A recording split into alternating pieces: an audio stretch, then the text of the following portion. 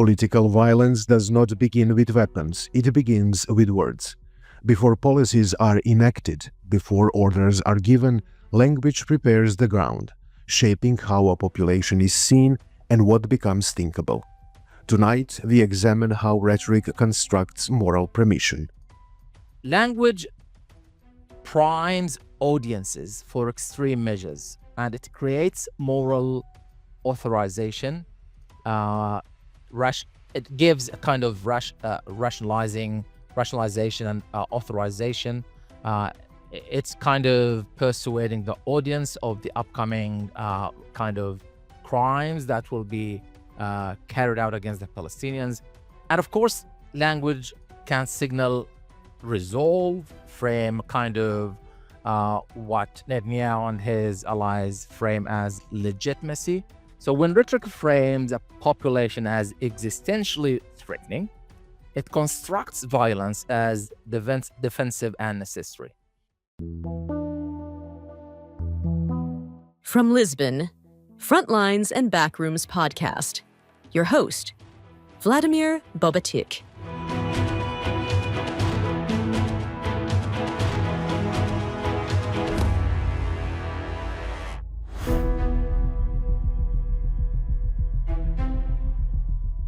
If violence requires logistics, it first requires language. In this conversation, we move beyond isolated statements and examine patterns, how repeated framing, institutional discourse, and the language of the existential threat can transform extreme measures into acts preserved as defensive necessity. Our guest is Professor Awni Etaywe, a scholar of political discourse and institutional rhetoric, and a forensic linguistic expert at Charles Darwin University. His work examines the language surrounding the Gaza conflict, with particular focus on alleged genocide and the discourse shaping international legal proceedings. You're listening to Frontlines and Backrooms. Professor Etaywe, thank you for talking to Frontlines and Backrooms. Before we go deep in the matter, could you explain what forensic linguistics examines in the context of a political conflict, and how does it move beyond analyzing hateful speech to providing evidence about intent, power, and institutional responsibility? A very interesting question, and I think it has several layers as well. So I'll try to touch on some of the aspects. I'd like to start by saying that at the global legal perspective and level, the International Court of Justice, in its 19th of July 2024 advisory opinion, stresses that the sustained abuse by Israel of its position as an occupying power in the occupied territories in Palestine violates fundamental principles of international law and renders Israel's presence in the occupied Palestinian territory unlawful. So the presence itself in the occupied Palestinian territory is unlawful, regardless of the actions and the policies. And the ICJ adds that this illegality relates to the entirety of the Palestinian territory occupied by Israel in 1967. That includes the West Bank, Gaza Strip, and the East Jerusalem. So the prolonged character of Israel's unlawful policies, practices, and presence, according to the ICJ, quote unquote, aggravates the violation of the right of the Palestinian people to self-determination. The inciting language, or incitement to genocide, that we are discussing today is accordingly not a rhetorical vacuum. The court has already established a prolonged unlawful regime and practices, and patterns of dehumanization and incitement operate within that structural illegality, and I hope we'll have an opportunity to touch on these. One science that can contribute to establishing evidence of incitement and incitement to genocide in the context of Gaza is linguistics, particularly forensic linguistics. And forensic linguistics is a subfield of applied linguistics, where we use linguistic theories and linguistic science to try to solve language-related problem. And the problem here is to establish evidence of a conduct of incitement to genocide. So forensic linguistics is about the use of linguistic science and knowledge to assist in solving real-world language-related problems. More specifically, it is a branch of applied linguistics that uses that expertise in context related to legal contexts, and more precisely, the use of linguistic techniques, analytical techniques to investigate language crime. And in this case, we have international speech crime, which is incitement to genocide, where language itself, language data, what is being articulated, said, or communicated, forms part of the evidence. So, in cases involving incitement to genocide, forensic linguistics is concerned with developing and applying systematic methods for analyzing the kind of language used in a particular context, interpreting what is meant by that language, and evaluating that language and its function, whether it is for threat, incitement, etc. But we're talking about incitement here. And then we treat language itself as forensic evidence. And linguists would serve in a court as opinion experts. They will bring the forensic evidence, their forensic linguistic evidence to the table, and it's up to the judge or the court to dismiss, to accept, to weigh, etc. So analyzing written texts or spoken text or digitally communicated text relevant to criminal investigations or judicial proceedings, as in the case of the South Africa case filed at the ICJ against Israel. Yes, forensic linguists can play a major role there by making sure that they are using the correct scientific methods to ensure systematic analysis to establish that evidence of the act of incitement. So it's about using the science of linguistics to establish evidence of the conduct of incitement to genocide. So in the context of incitement to genocide, this might include determining whether language meets the legal threshold for international crimes, and whether and also evaluating speech acts, modality, dehumanization practices, directive force, like giving orders to people, assessing how linguistic patterns may evidence. So we talk about patterns of kind of language used in a particular context, endorsement of violence against protected group, encouragement of violence. So all these are part of what we look at as forensic linguists. So although forensic linguists engage themselves in evidential and investigatory functions and roles, but in relation to incitement to genocide, we primarily engage ourselves in establishing evidence. So it is the evidential function of the analysis that matters here. And in evidential context, linguistic analysis determines whether a communication meets legal threshold. Language evidence is prepared for courtroom use, and we systematically and transparently and defensively analyze language in a way that the court will understand, and that kind of analysis can be replicable, repeated following that same systematic way. So the task is not moral commentary, it is scientific, it is evidentiary, it is about what is being said, by whom, repeated how often, in what institutional capacity, and how does that language align with conduct. So forensic linguistics, in brief, allows us to connect rhetoric to legal threshold. So forensic linguistics, in brief, allows us to connect rhetoric to legal threshold. Take a look at the Genocide Convention. Under Article 3, the Genocide Convention mentions or bans direct and public incitement to commit genocide, and that direct and public incitement itself is punishable. It's not about whether the incitees carry out the incited actions or not. No, the act of incitement itself, the use of language in a way that incites genocide is punishable, regardless of whether genocide is completed or not. So, in the context of incitement to genocide, again, forensic linguistics examine beyond hate speech. And you mentioned this phrase, hate speech, in your question, and it is very important to touch on as well. So, hate speech and incitement are not the same legal objects. Hate speech is a term of art in the constitutional law, for example, of the United States.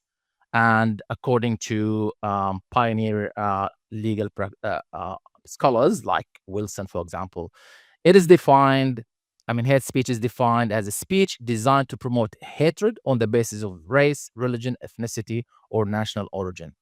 But it doesn't mention anything about elimination, protected group. It's about promoting hatred. So crucially, hate speech plays only a limited role in the discussion because hate speech is not well established as a crime in international law. What is established as a crime in international law when it comes to incitement is direct and public incitement to commit genocide. And it is an inchoate crime in international law. And by that I mean, unlike completed genocide, the underlying genocidal act need not occur. As long as the act of incitement itself, the use of language in a particular way, is happening, then the criminality lies in the speech act itself, not its consequences.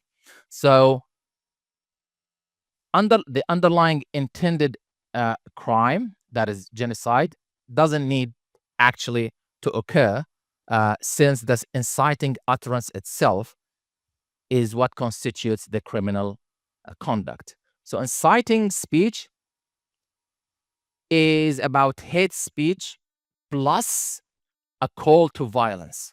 If there isn't a call to violence, then we continue to talk about hate speech. But when we talk about incitement, hate is there plus a call to violence. So this direct and public call to violence is key.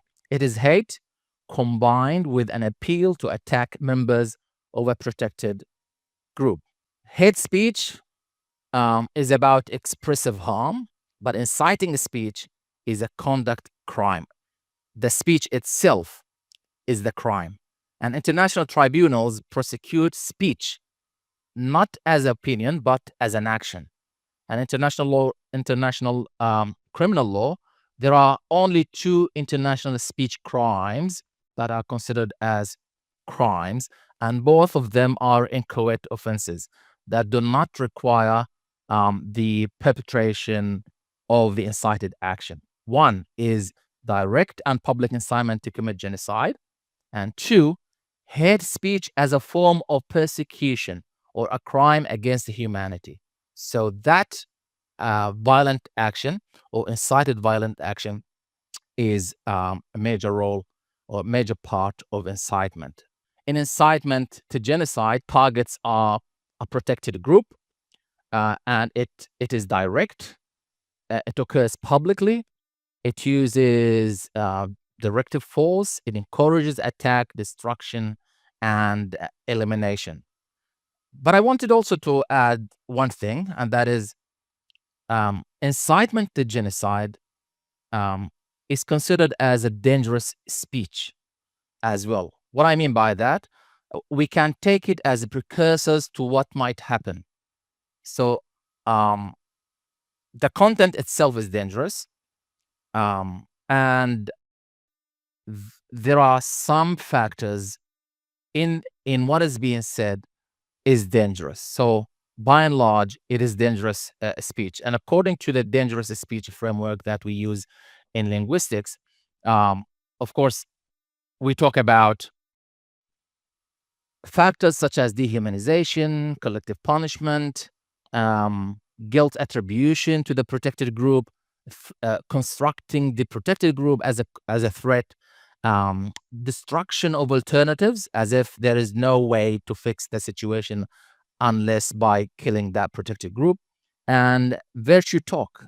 Violence is associated with honor, strength, duty to our religion, etc. So Israeli examples here include, for example, soldiers being praised for destruction. And when we talk about destruction of alternatives, violence is being framed as inevitable. And Israeli discourse examples include, this is the only way.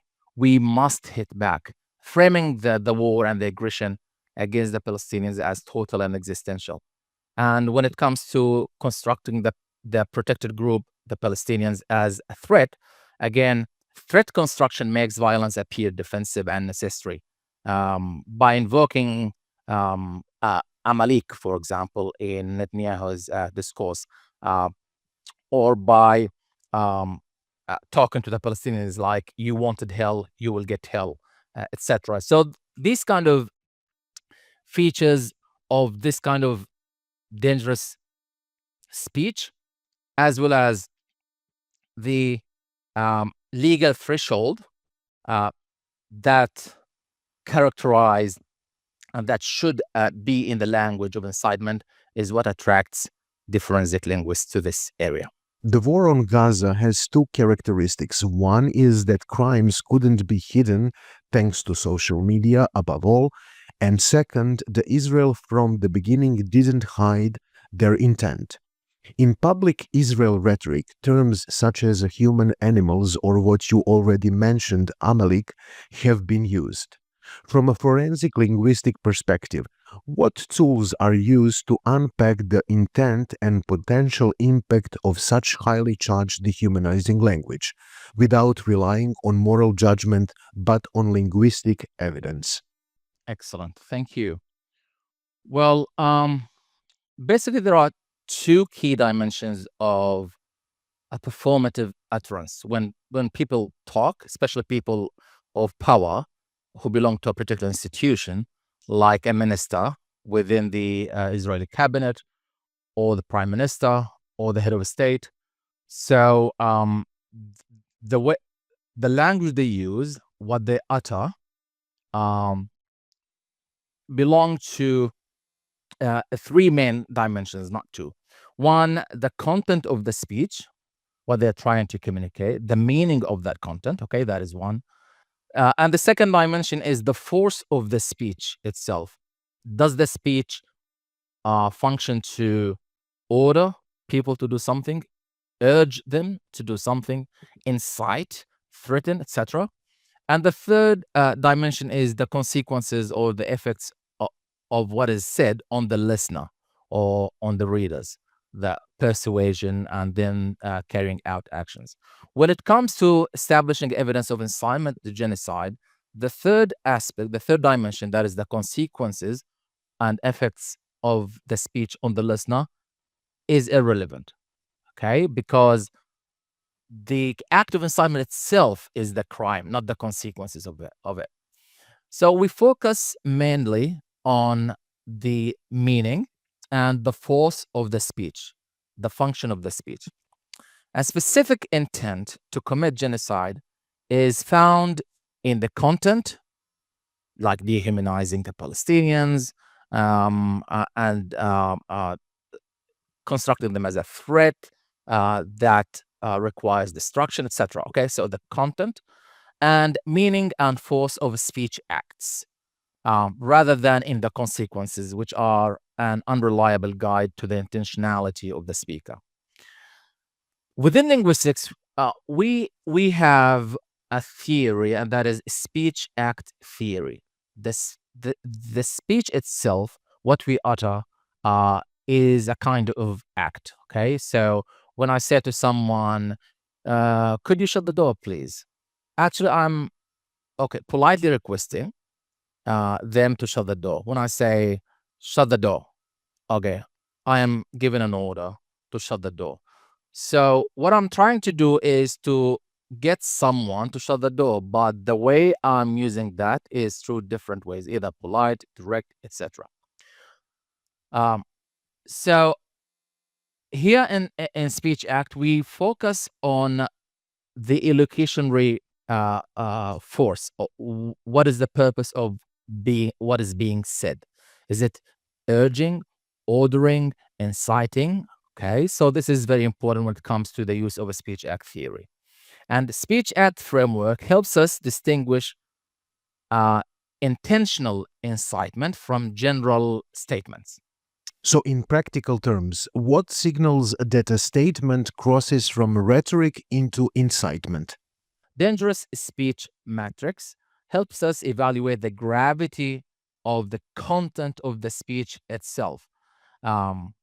And this also looking at the contextual factors of the speech act itself is relevant. And here we talk about the authority and influence of the speaker, the disposition of the intended audience and their capacity to commit violent acts, the content of the speech, including repetitiveness, dehumanization, and understood calls to violence, the socio-historical context and intergroup relations, which is of enmity in this situation, and occupied and occupier relationship, and the form and persuasiveness of the transmission, which is whether that is directly through TVs, different means of different media platforms, etc. So this approach of looking at speech act, the dangerous speech matrix features, and the contextual factors altogether allows evaluators to predict genocidal outcomes from speech acts, including Israeli public statements that demonize Palestinians, etc.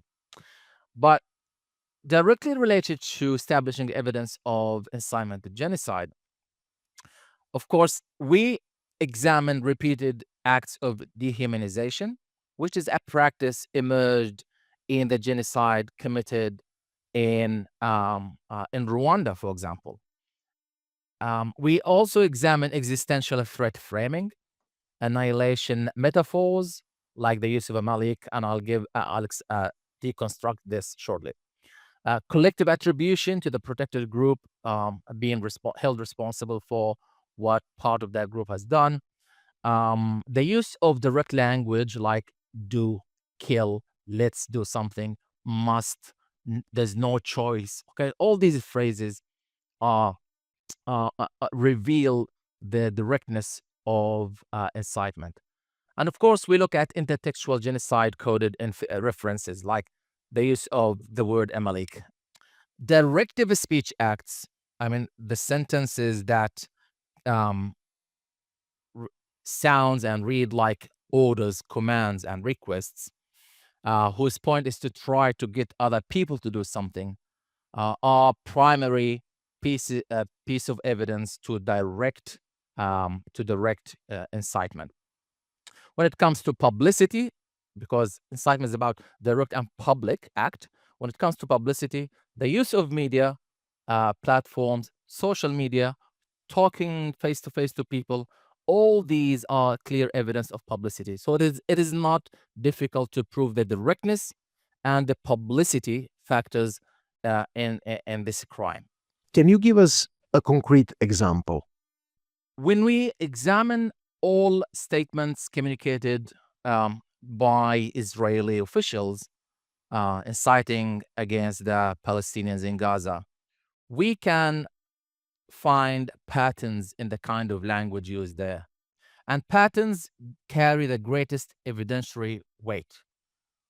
When all officials or many officials speak the same language, repeat the same kind of language, we then can argue for what is referred to in linguistics as collective intentionality. So it's not the intention of the head of the state only, or only the intention of Netanyahu, or the intention of Smotrich, Ben Gvir, or the Minister of Defense. No, when all these and more and more and more people use the same kind of language, inciting violence against the Palestinians, then we can argue for the point of collective intentionality, where the we, speaking about we as a group, that we need to get rid of them, the others, is evident. But let's take a look at one of the statements or utterances articulated or mentioned by Yoav Gallant, the former Israeli defense minister. On the 9th of October 2023, he mentioned that a complete siege, now quote unquote, a complete siege on the city of Gaza. So he ordered a complete siege on the city of Gaza. No electricity, no food, no water, no fuel. Everything is closed. We are fighting human animals and we are acting accordingly. So the legal elements satisfied here, and I'm talking linguistically here, forensic linguistically. Publicness, statement is made publicly by a defense minister, and it was televised. Directness, so the minister announces total siege and collective deprivation of the Palestinian in Gaza. And he is committed to that. So Commissive Speech Act is clear there. And because he's a minister, defense minister, his words are orders to his subordinates. So he's not giving general statement to a friend. And the third element is the protected group. Is there a protected group being targeted here? Yes, the residents of Gaza. He mentioned clearly a complete siege on the city of Gaza. Okay, so the Palestinian National Group is the targeted group. And the fourth element is the intent. So by declaring all this plan, and linguistically speaking, intention is encoded in the topics, in the themes, the words that encode the themes here, which is the complete siege, and in the phrase acting accordingly. So it's not only about declaring the commitment there to the genocide, but commitment to act according to the policy he just declared. And in relation to context, this statement was said immediately. It was immediately followed by implementation of siege. Okay, so we have to understand the context in order to account for the statements mentioned there. So hopefully this kind of construction makes it clear. But also we look at the factors or the aspects of a dangerous speech here. We have the act of dehumanization, the use of the phrase human animals, which serves to morally justify what they are going to do and to encourage the troops to view the Palestinians as less than human or not human or human animals, and then they can kill them, eliminate them without much worry about the moral compass or whatever system. So we look at the acts of dehumanization, which is a major indication of the practice or the act of incitement to genocide, and that is clearly and evident in the incitement to genocide in Rwanda, former Yugoslavia, and elsewhere. We also look at explicit collective punishment measures, clear in this kind of language, a complete siege, everything is closed, we fight human animals, etc. And we look at language that is tied directly to life-destroying policy.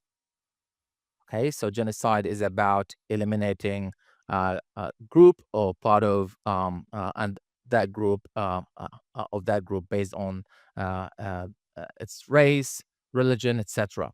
So the measures taken here and the language used are tied directly to life-destroying policy. And finally, we can look at the functional removal of civilian protection. And according to the ICJ July advisory opinion, July 2024 advisory opinion, many of the practices and policies by the Israelis is to get the Palestinians to leave the land and to think about leaving their land. Another example is coming from Benjamin Netanyahu, the prime minister. In October 2023, encouraging and inciting the soldiers just before ground invasion launch, he mentioned, remember what AMALEK did to you. Here again, the element of publicness is there. He was addressing the soldiers face to face, and that speech was nationally broadcast. So it is public. And when it comes to directness, yes, he mentioned the biblical reference to total annihilation. It was direct. And when it comes to public and direct incitement to violence against protected group, the protected group is framed here is against Palestinians in Gaza. And when it comes to the intent is encoded in cultural understanding, annihilation command. And I'd love to touch on this cultural understanding here. He didn't say go and kill everyone in Gaza. He said, remember what Amalek has done to you. But in the Bible, the troops, when they read that reference, they find the mention of Amalek in the context where there is direct incitement against them. So remember what Amalek did to you is a reference to biblical command to annihilate the Amalekite, contextually understood as a call for destruction of Palestinians. And anyone who is familiar with the religious text there would infer what the religious text is commanding in that context, in the few lines there. You must remember what Amalek has done to you. And the Bible mentions, spare no one, but kill alike men and women, infants and sucklings, etc. So the message of annihilation is clear there. When rhetoric is this public and sustained, what functions does it tend to serve? Is it primarily about the domestic mobilization, creating a permission structure for military action, or shaping international perception? Very interesting question. And yeah, we can talk about all of these, of course, but I'd love to emphasize on the point that public rhetoric serves multiple functions, including domestic mobilization, preparing the internal front to an upcoming genocide, which was later described as this is the final opportunity, the final solution to the Palestinian problem, to take over their land, etc. So domestic mobilization, rallying public support, suppressing dissent. So when many of these senior leaders are using the same language, the media platforms, newspapers, TV, radio, etc., repeat the same kind of language, they ultimately suppress dissent. And we can remember some of the Israelis, like a teacher who wasn't happy with that kind of language of incitement against the Palestinians, and he was interrogated by the Israeli police. So to suppress dissent is one of the multiple functions of public rhetoric here. And another function is creating emotional consensus by morally framing what happened and what should be done, etc.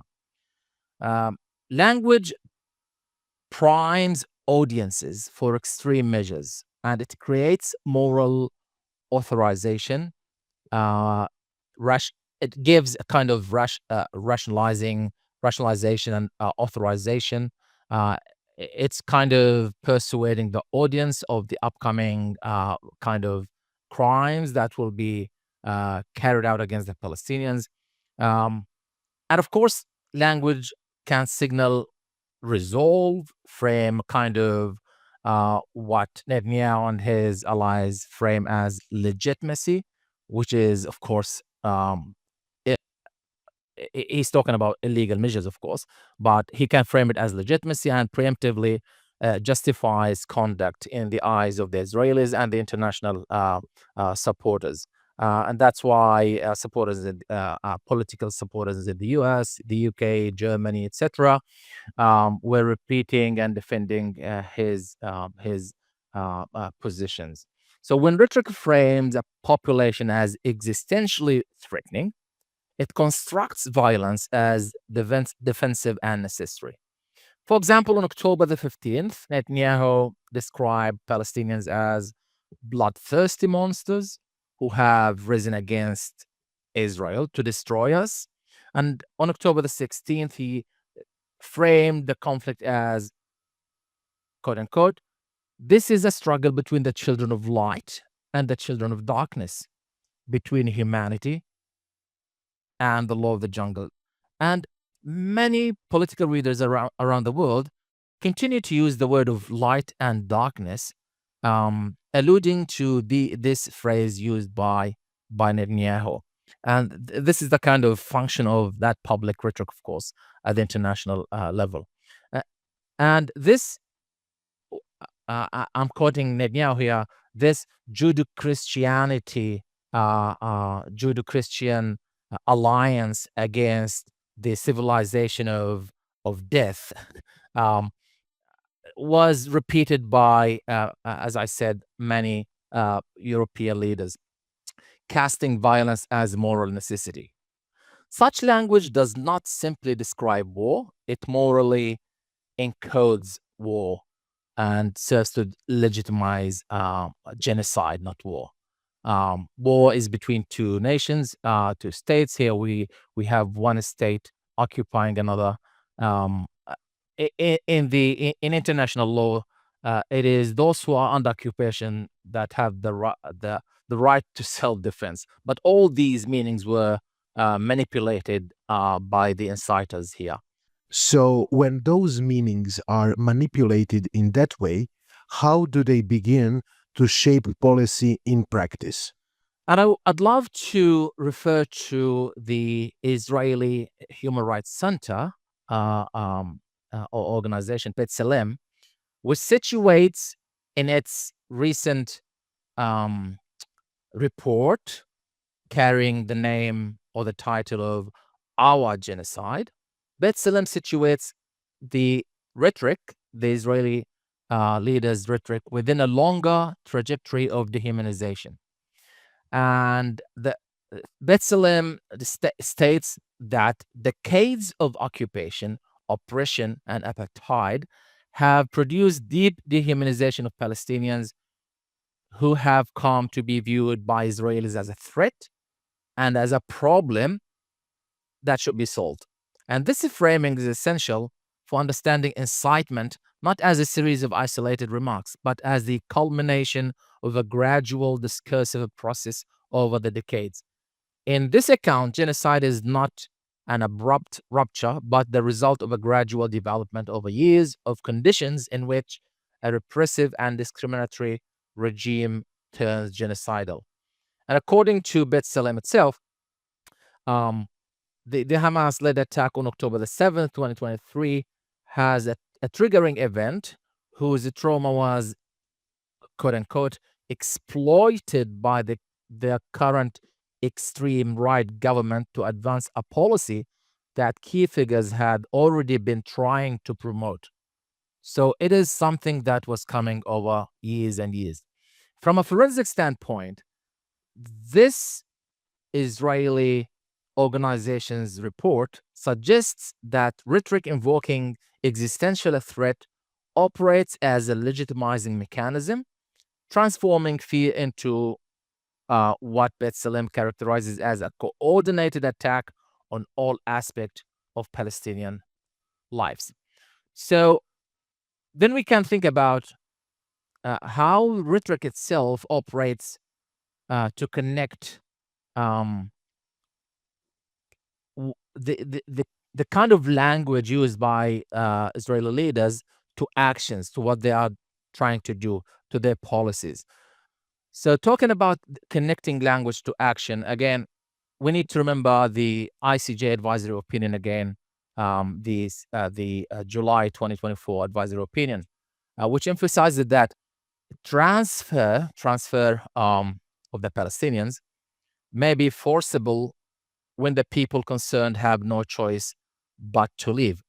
And when inciting actions that force the Palestinians in Gaza or elsewhere to keep moving until they find nowhere else to move, and then they accept the fact to leave the Palestinian territories, and when evacuation rhetoric comes and siege language dominates, or totalizing destruction metaphors appear, we can assess whether speech is facilitating conditions of forcible transfer.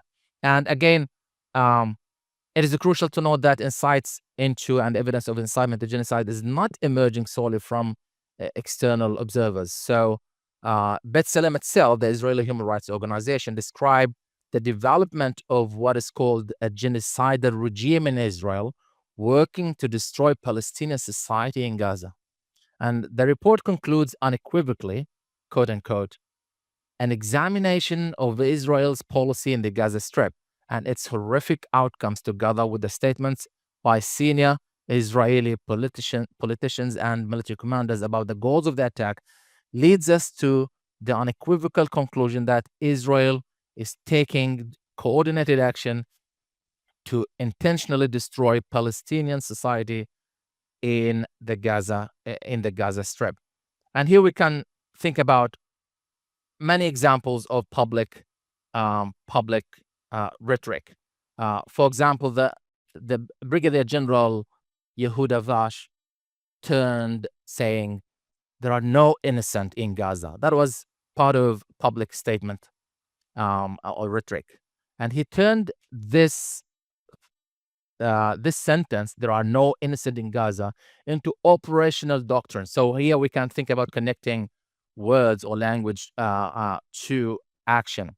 And the consequences of his words, of the general's words, included Netzerin's corridor in Gaza was designated vast kill zone. Anyone passing through that zone will be considered as a legit target. Also, the consequences included anyone who crosses, including children, be shot. Civilians systematically classified as terrorists. So the interpretation here can be direct transformation of inciting language into lethal policy, or the erasure of civilian distinction operationalized through the use of language, and of course, seeing that on the ground.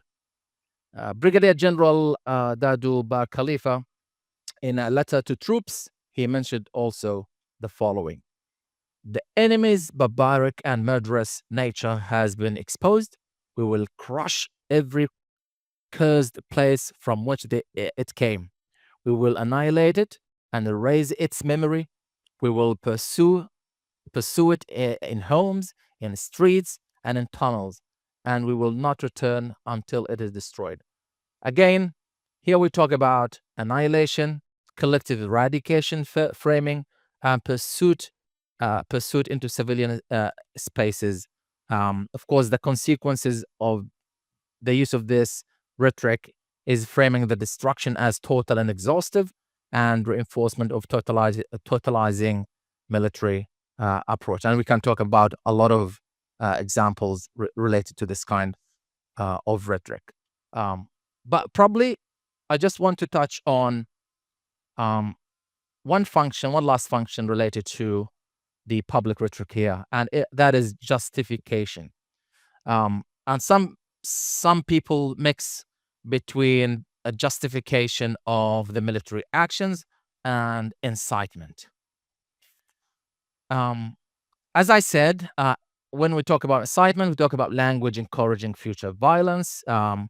It is about direct and public incitement to commit genocide, and it is an uncoerced crime. But justification is about using language to legitimize, to rationalize, to justify violence already underway. And justification can be used along with incitement or inciting rhetoric simultaneously. And justification can be part of the inciting rhetoric. So go and kill everyone, for example, and then the justification will be mentioned after that. And here, I'd love to mention one example related to incitement, encouraging, and anticipating violence, and the integration of justification to rationalize that incited violence as well. On October 13th, a 95-year-old reservist, Isra Yashin, declared the following, quote unquote, "Be triumphant and finish them off, and do not leave anyone behind. Erase the memory of them. Erase them, the families, mothers, and children. These animals can no longer live. Every Jew with a weapon should go out and kill them. If you have an Arab neighbor, don't wait. Go to his home and shoot him. We want to invade, not like before. We want to enter and destroy what's in front of us, and destroy houses, then destroy the ones after it. With all of our forces, complete destruction. Enter and destroy. As you can see, we will witness things we've never dreamed of. Let them drop bombs on them and erase them." So that is direct incitement, but it simultaneously it frames destruction as necessary. So justification is there, and the two functions overlap, and justification serves the purpose of incitement. Examples that you are using, they are very open in intent. There is one that I should mention maybe earlier, and that is human shields. It sounds justifying in sense we cannot protect civilians although we wish and want, but they are used as a human shield, and that implicates the responsibility from Hamas. Is the term human shields counts as intent as well? Yeah, absolutely.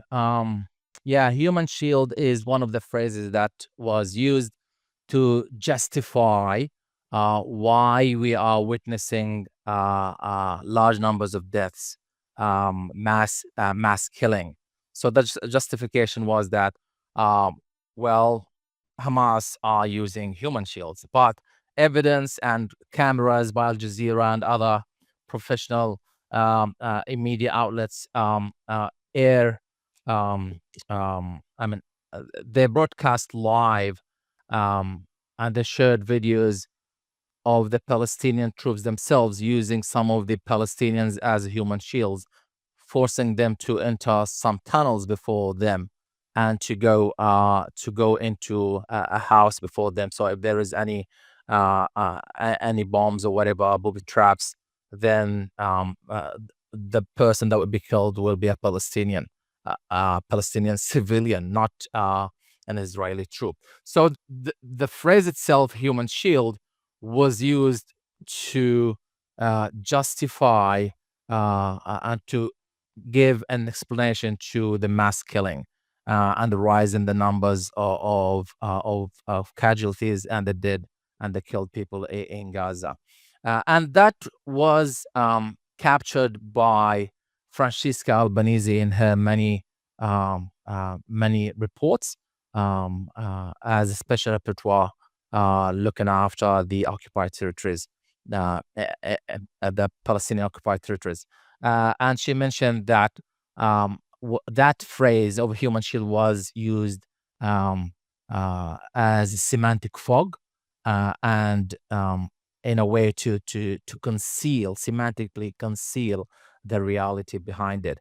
And some Israeli officials argue for ambiguity in their messages, and that they didn't call for genocide. They didn't incite genocide. And sometimes people try to justify or to excuse the head of the state himself, who said there are no there are no innocent in Gaza, and the fact that the civilians didn't know about the attack upcoming doesn't exempt them.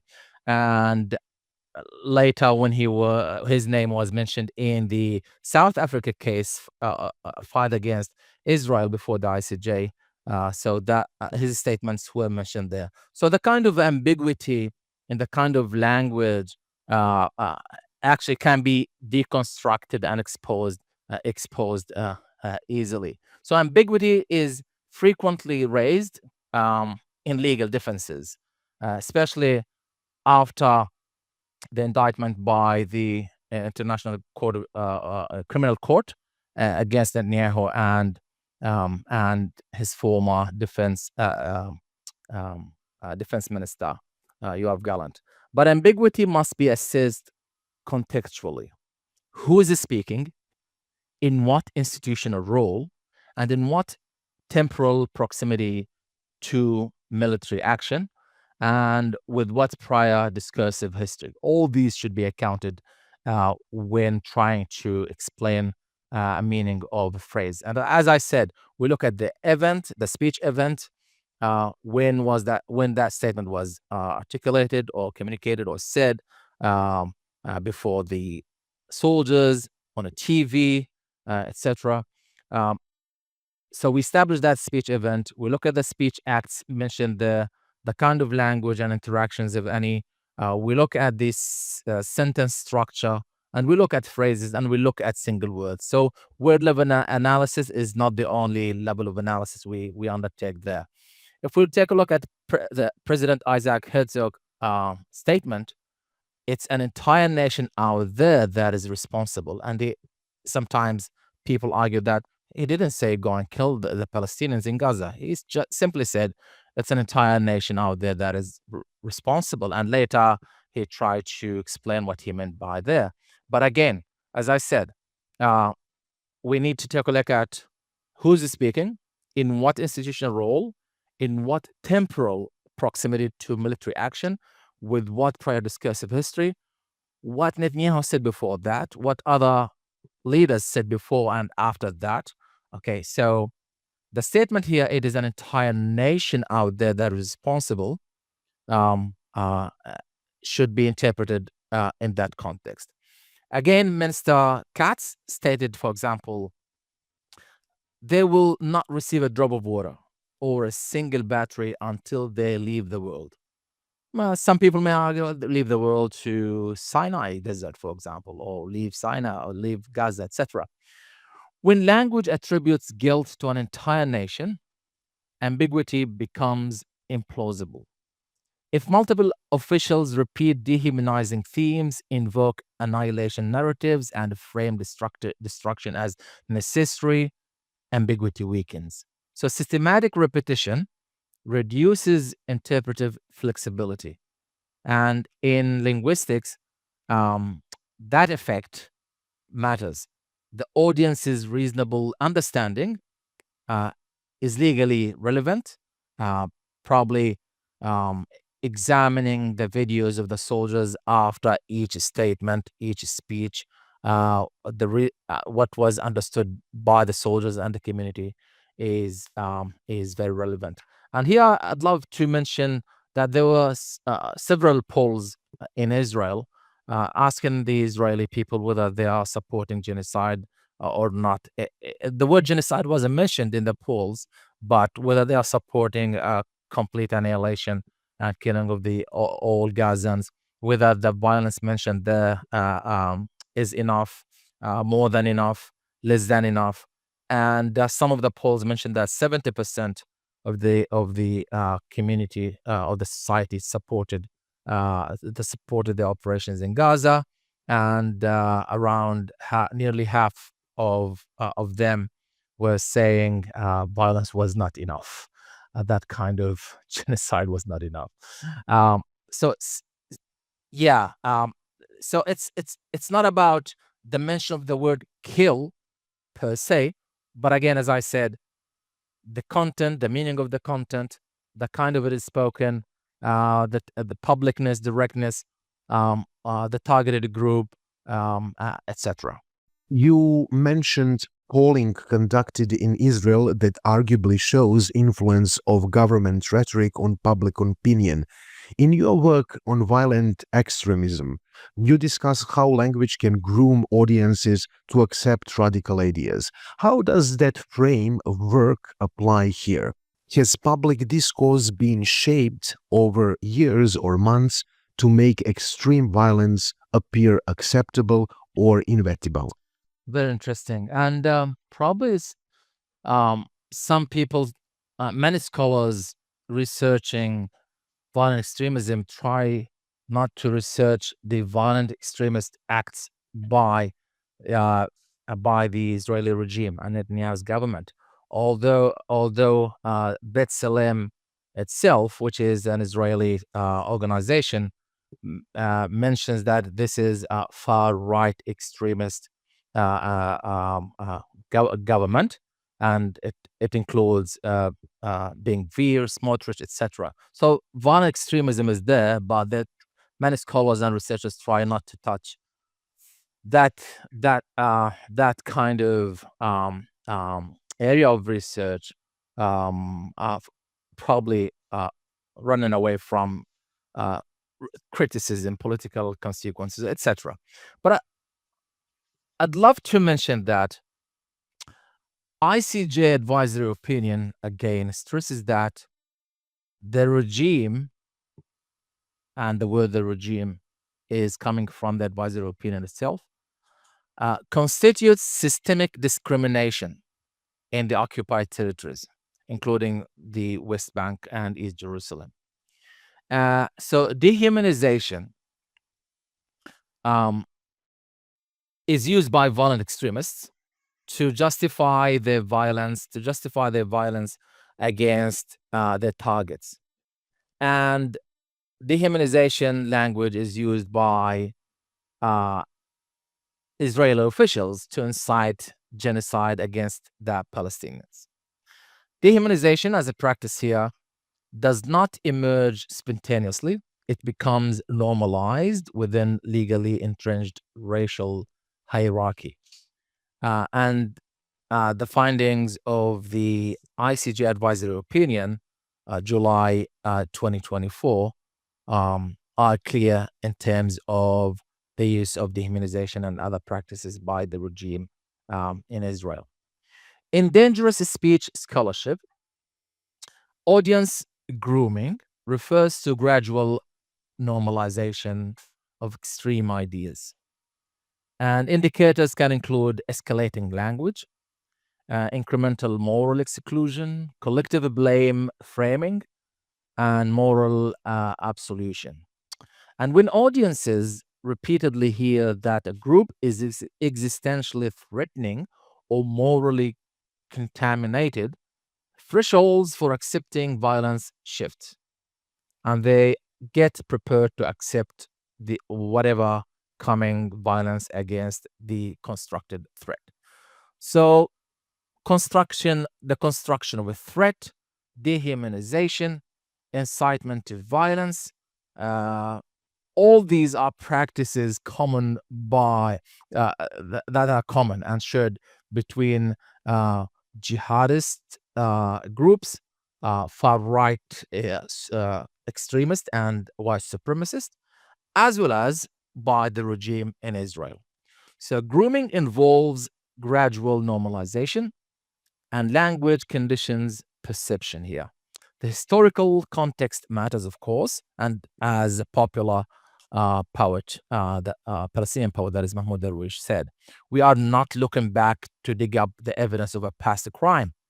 For the Nakba, the catastrophe, is an extended present that promises to continue in the future. So that kind of normalization, dehumanization, and all these and the grooming practices have been happening for decades. So the documentation of the public rhetoric by Israeli officials, this help us describe successive use of certain patterns of language used in grooming here. And documents that we have of previous governments as well help us describe successive Israeli governments pursuing deliberate, calculated, and explicit campaigns against Palestinians of forced expulsion, transfer and displacement, killing, fragmentation, arbitrary imprisonment, torture, and denial of fundamental rights. Until we recently heard the U.S. ambassador to Israel saying there isn't such thing like Palestinian or Palestine or East Jerusalem or West Bank, and he used the biblical terms for these as alternatives. So he's supporting this kind of erasure in the process of grooming. So when historical narratives, dehumanization, siege, and civilizational metaphors converge, audiences are conditioned to accept extreme violence as inevitable. And as B'Tselem reports, it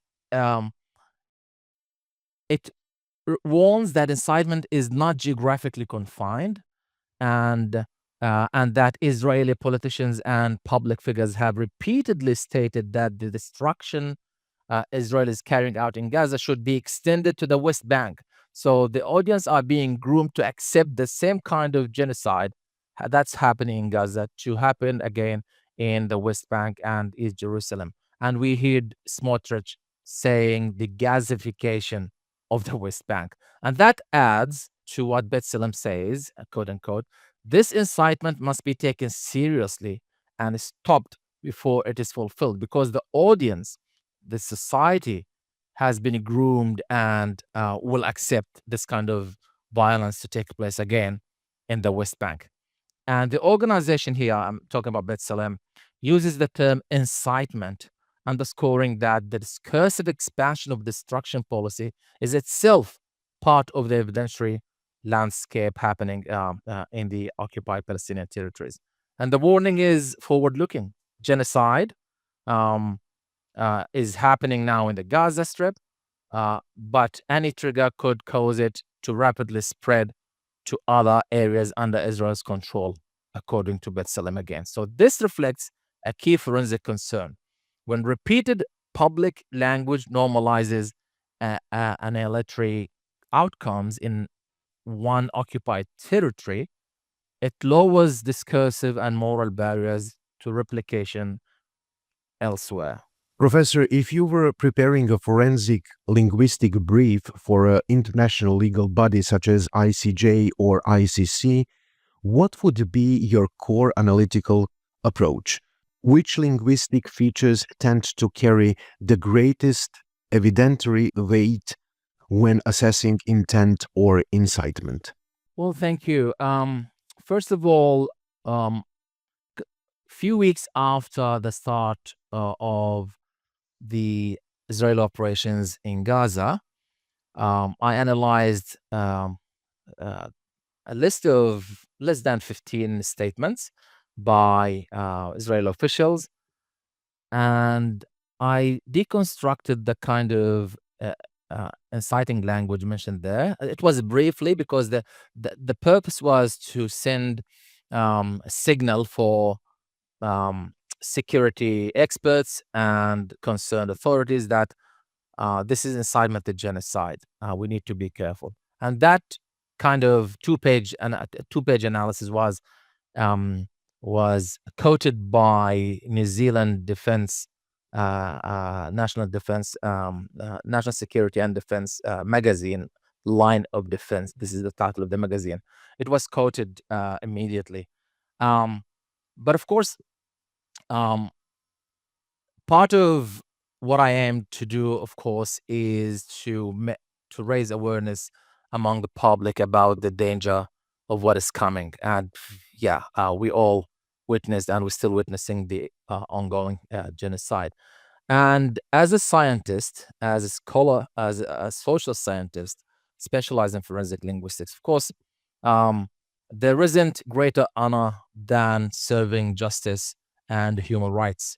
And part of that honor to which great people like Francisco Albanese and many Jewish scholars like Avi Shleim and other people around the world, of course, in the East and West, try to do their best to help alleviate the suffering of the Palestinians. But part of that effort, of course, is to present something to establish evidence of incitement to genocide. And I think there are many documents that have attempted to establish evidence of incitement to genocide, and they successfully did, but not from forensic linguistic perspective. And one of the latest is the evidence mentioned in the UN independent inquiry of independent commission, where they lay the basis for that kind of evidence. But forensic linguistic evidence is very important. It is, of course, neutral.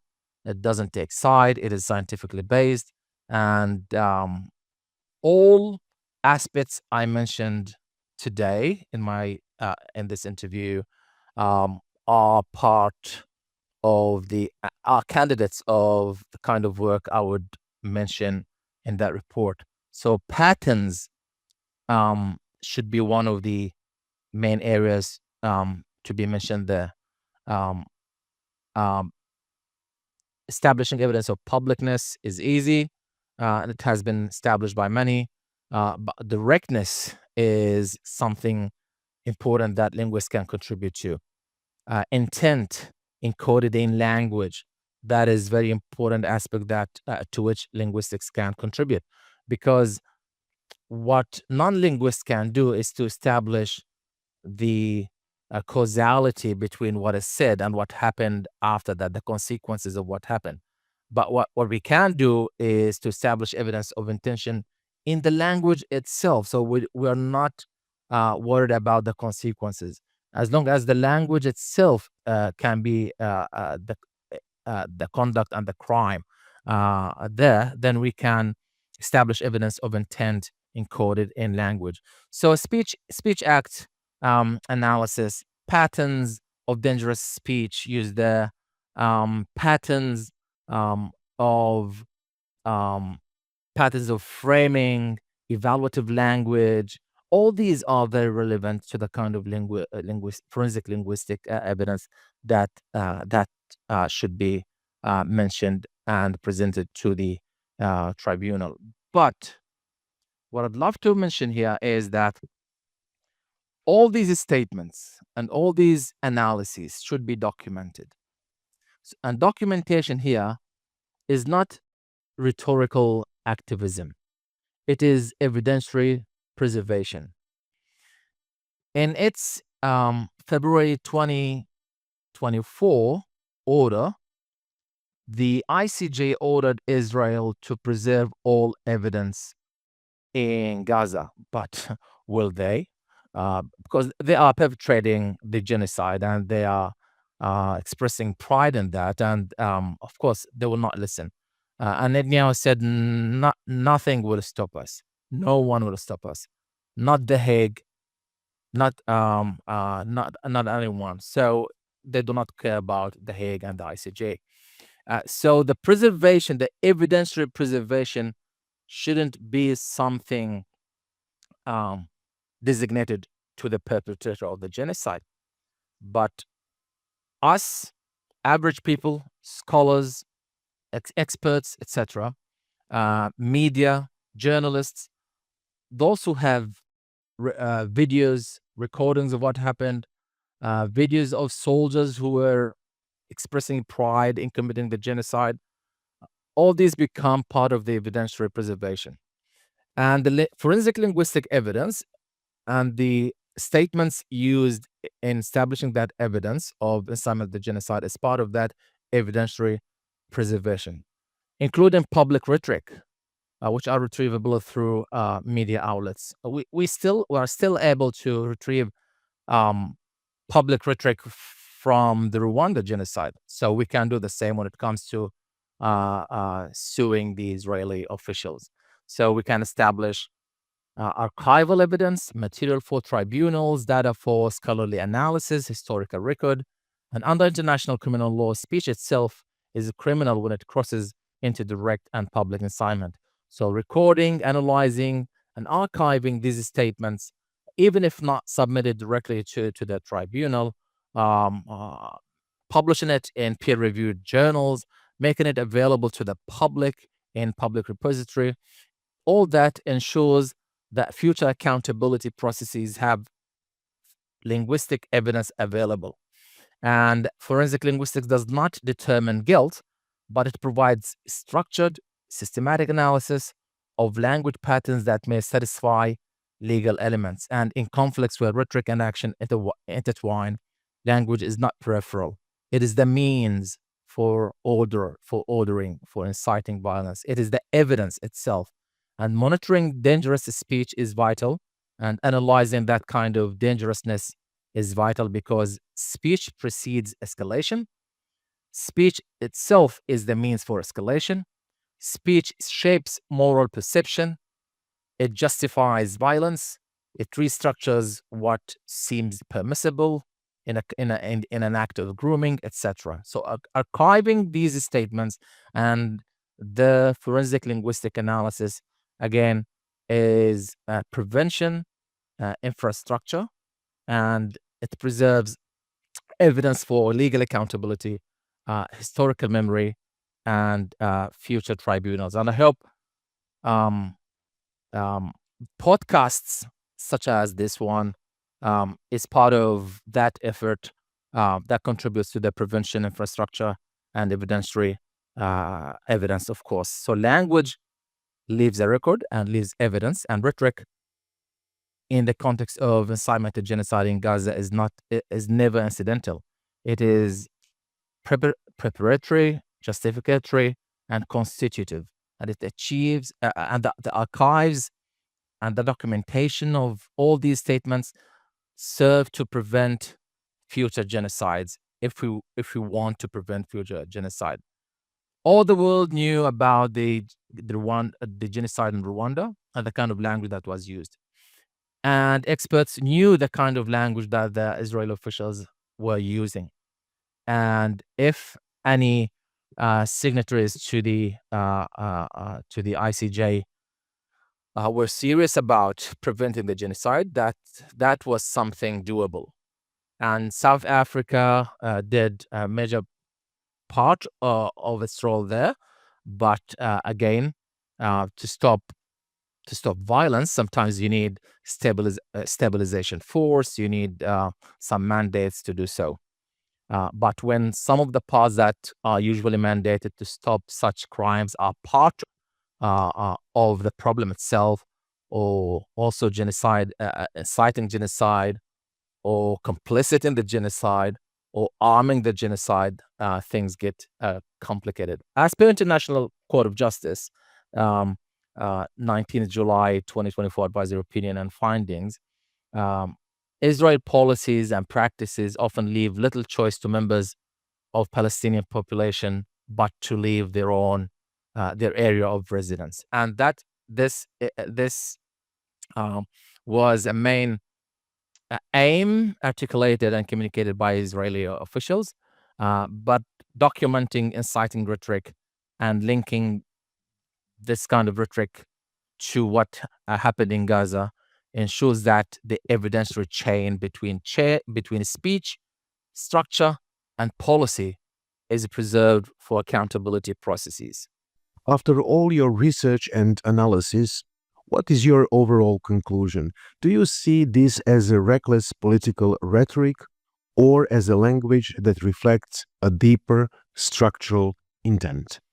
Well, probably this is a very good question to be directed to them and to their allies supporting and arming the genocide.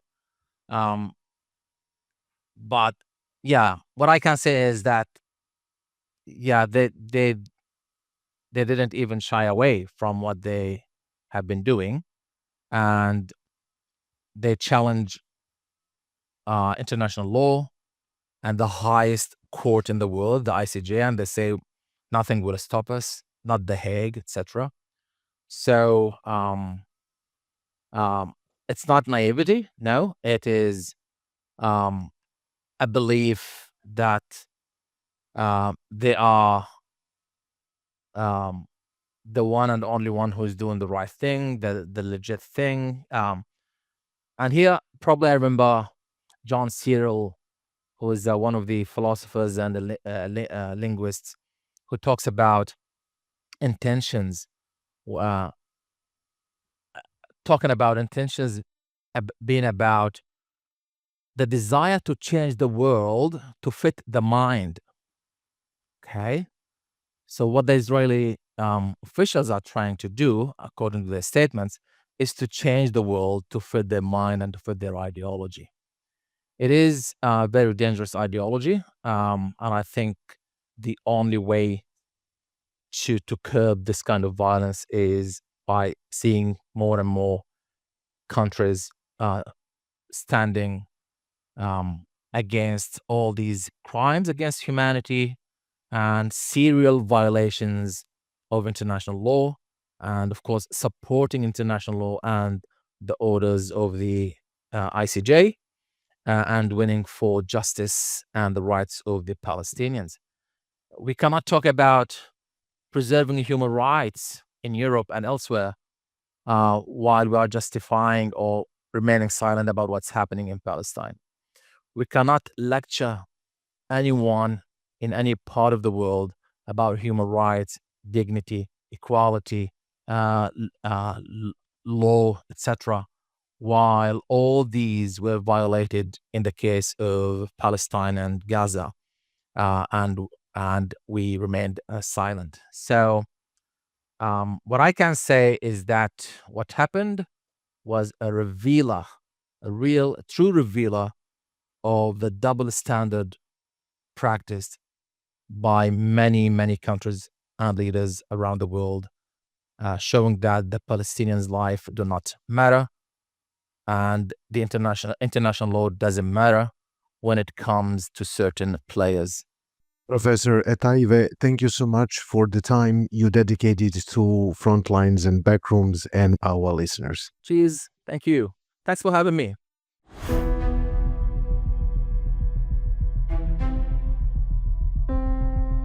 Tomorrow, Professor Rebecca Gold on historical memory, narrative framing, and the politics of interpretation. For the full archive of conversation exploring law, language, and political power, visit our Linktree. Thank you for listening to Frontlines and Backrooms.